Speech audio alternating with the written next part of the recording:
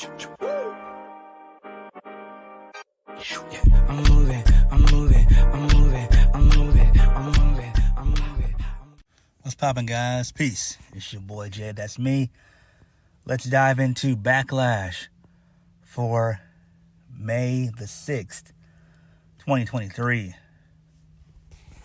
So, the premium live event was decent for the most part. I actually thoroughly enjoyed it, and it was fun. I think this was a huge success for the most part.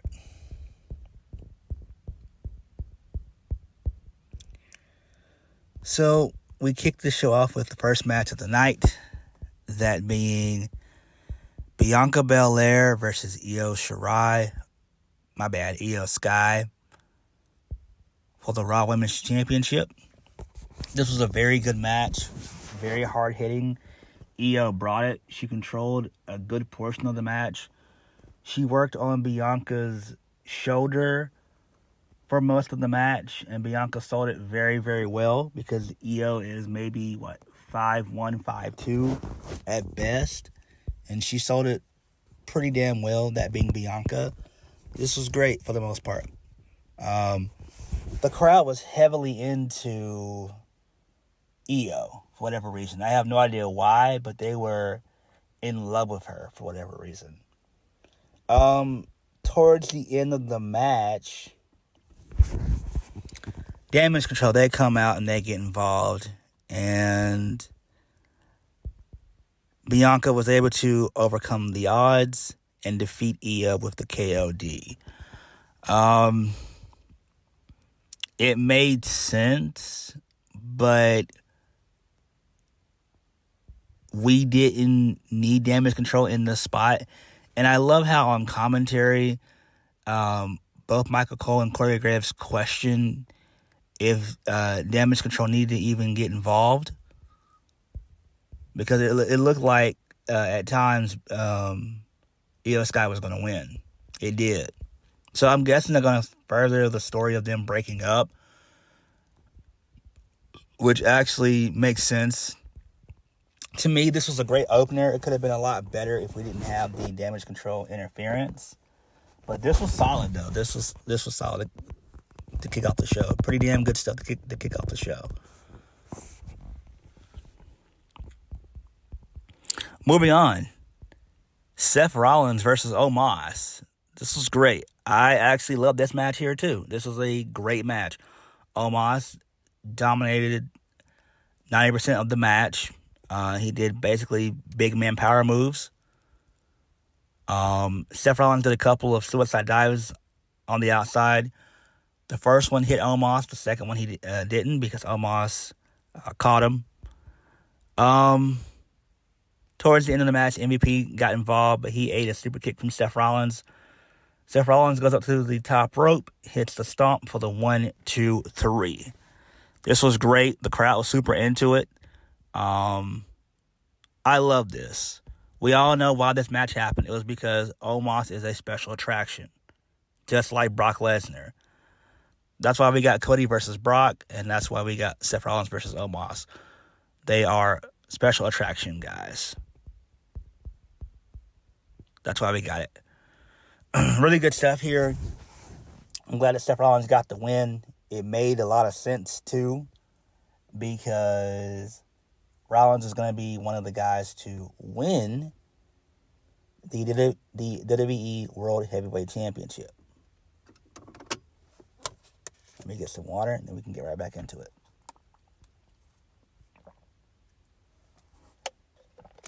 All right.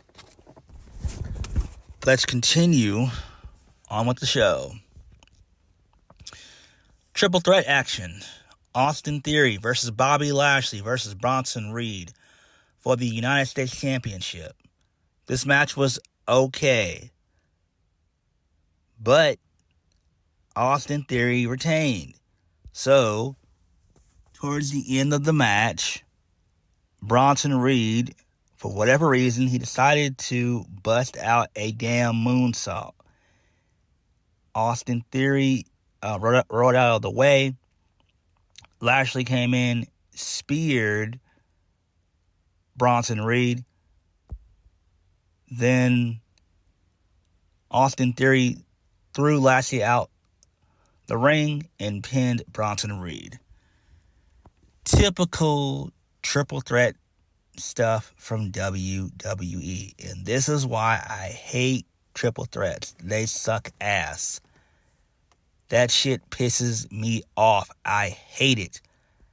I hate it. It's so damn stupid. But what was cool was the fact that Michael Cole mentioned on commentary that he talked to Bobby Lashley earlier in the day, and Lashley said that he wanted to face Roman Reigns. That's the only thing that's on his mind. So that actually makes perfect sense. This is brilliant. I'm pretty sure AJ Styles has Roman Reigns on his mind as well. So that would be great. You could have a little mini feud between Lashley and Reigns. Same thing with AJ Styles and Roman Reigns as well, before Roman moves to Cody at SummerSlam. So that does make sense. Next, Zelina Vega versus Rhea Ripley for the SmackDown Women's Championship. The crowd was super into Zelina Vega. Zelina Vega's family was there, like her mom, her stepdad, her brother, her uncle, and I think a couple of cousins were there. That was cool. The match started off with a shoe, flip-flop. I forgot what they call it in Spanish, but Michael Cole mentioned it, so that doesn't really matter. The crowd was super into this. There were times where Zelina Vega looked like she was going to win, but thankfully she didn't win. This match went on a little bit too long. This match went about, I think, 7 minutes? It should have went 5 minutes. So Rhea, she wins via the Riptide. Zelina Vega was able to get in a couple of frog splashes in. She got a couple of tornado DDTs in, as well as a 619. But thankfully, Rhea wins, and it makes sense. I like Zelina Vega, but her height is her downfall. Zelina Vega is good.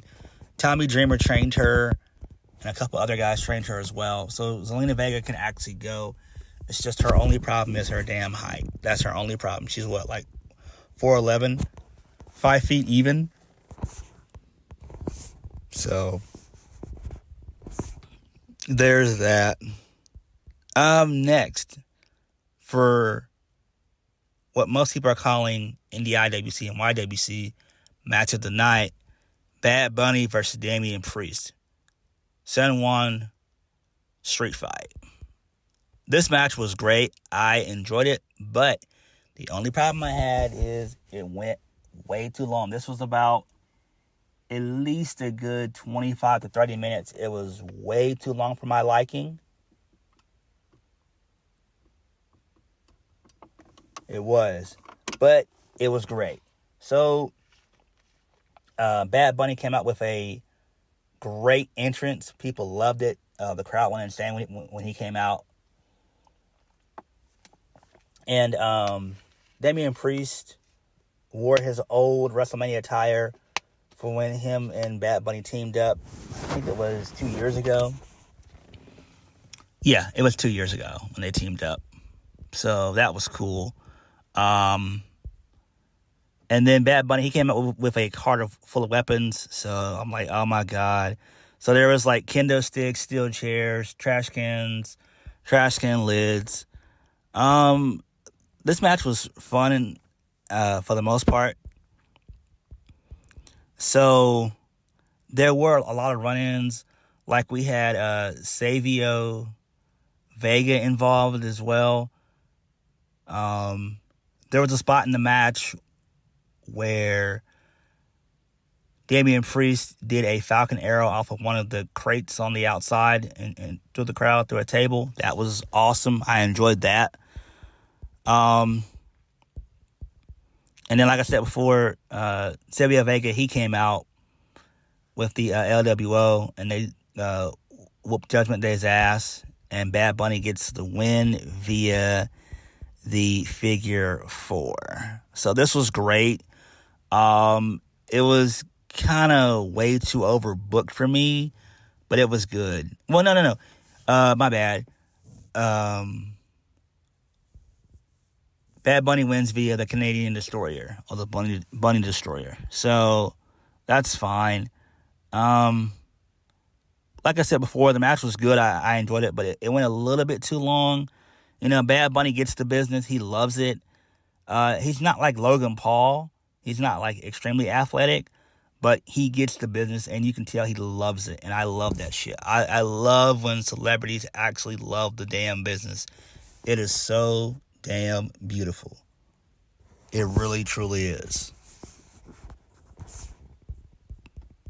But they had matches of the night for sure. Next, a match that went on way too long as well. That was Kevin Owens, Sami Zayn, and Matt Riddle versus the Bloodline, the Usos, and Solo Sikoa. I really wasn't in all too. My bad. I wasn't really all too invested in the match because we've seen so many iterations of the match. You know, so many run-ins with all 6 guys. Singles matches, tag matches. Kind of tired of it and annoyed with it. So Solo Sikoa, he gets the win here via the Samoan Spike. So there was a little bit of miscommunication towards the end of the match involving the Bloodline. So thankfully, Solo was able to hold it together.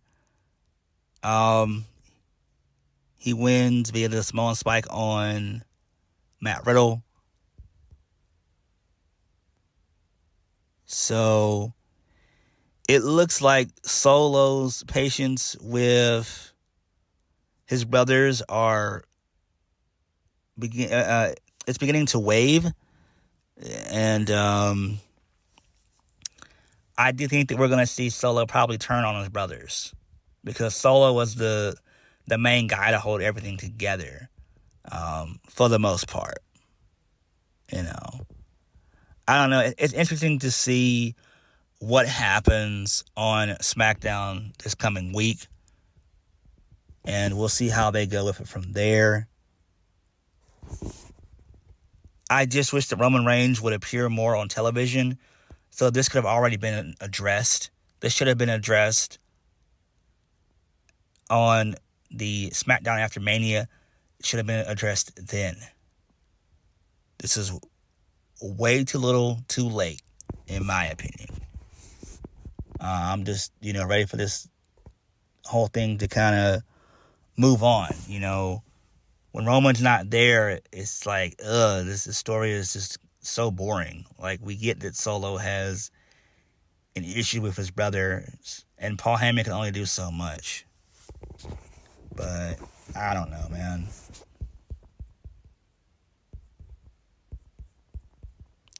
Main event, Cody Rhodes versus Brock Lesnar. This match was great. I loved it. Absolutely loved it.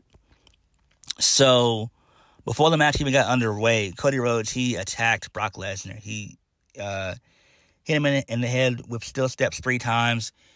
He beat the shit out of him with a steel chair like 3 or 4 times, threw him in the ring.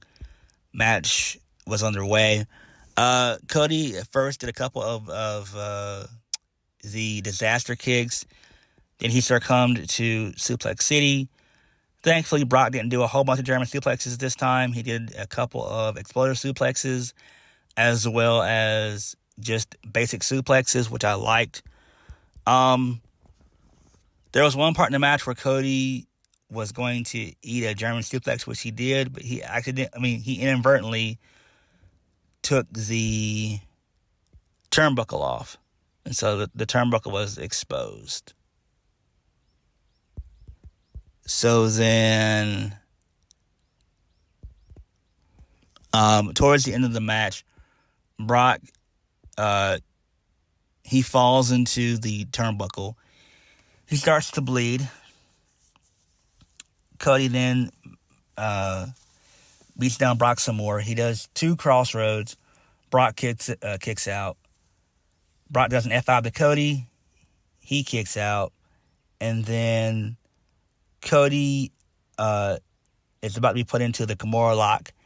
And he rolls up Brock Lesnar for the 1, 2, 3, and Cody wins. This, to me, was great. It told a good story. I liked the ending because it made sense. Because it gave you wanting more. I guarantee you that if Cody didn't do the roll-up, Cody would have tapped out. Cody would have tapped out. For real. To me, it makes sense because it protects Lesnar. And this allows Cody for him to finish his story. I don't think that him and Brock are done just yet. I really don't. I wouldn't be shocked if they do maybe one more match at Backlash. I mean, my bad, not at Backlash, but at Night of Champions. They'll probably will go that route, and I think that would make the most sense, if we're being honest here. Because I know people want this to be like a kind of like a feud, but you really can't do it because you don't have enough time to do an actual feud. You really don't, because it wouldn't make sense. Where would Cody and Brock face if Brock wins at Night of Champions? When could they face again? Because I forgot what pay-per-view is in June. I know Money in the Bank is in July. So, I mean, do you really want Cody versus Brock again in June? I don't know. But I know that Money in the Bank is in July. I've already looked into it. It's like July 1st or 2nd. So it's 4th of July weekend. I don't know. I really don't know. But to me, this was the best option here. Again, I doubt Cody was going to win via 3 crossroads and Brock kicked out of 2. So there was no point. He had no other option to just go into the roll-up bag. And, I despise roll-ups as much as the next person, but at times, I hate to say it, it calls for it. And this is one of those times where a roll-up victory was the right decision here. I hate to say it, but it is what it is. You have to go that route sometimes. I don't know. Overall, the show was decent for the most part. The triple threat was, to me, kind of a downer because triple threat matches typically suck, and they do. Bianca and IYO, they had a good little match. I enjoyed that. That was fun to me. Rhea and Zelina Vega was okay. The street fight was good, but it was way too long. 6-man tag, didn't too much care for it. Seth Rollins and Omos was great. I enjoyed that. And the main event was solid. So, to me, this was more so of a solid show. What did you guys think? Let me know. Please hit the like button, hit the comment button, and subscribe for more videos. I'll catch you guys later. Peace.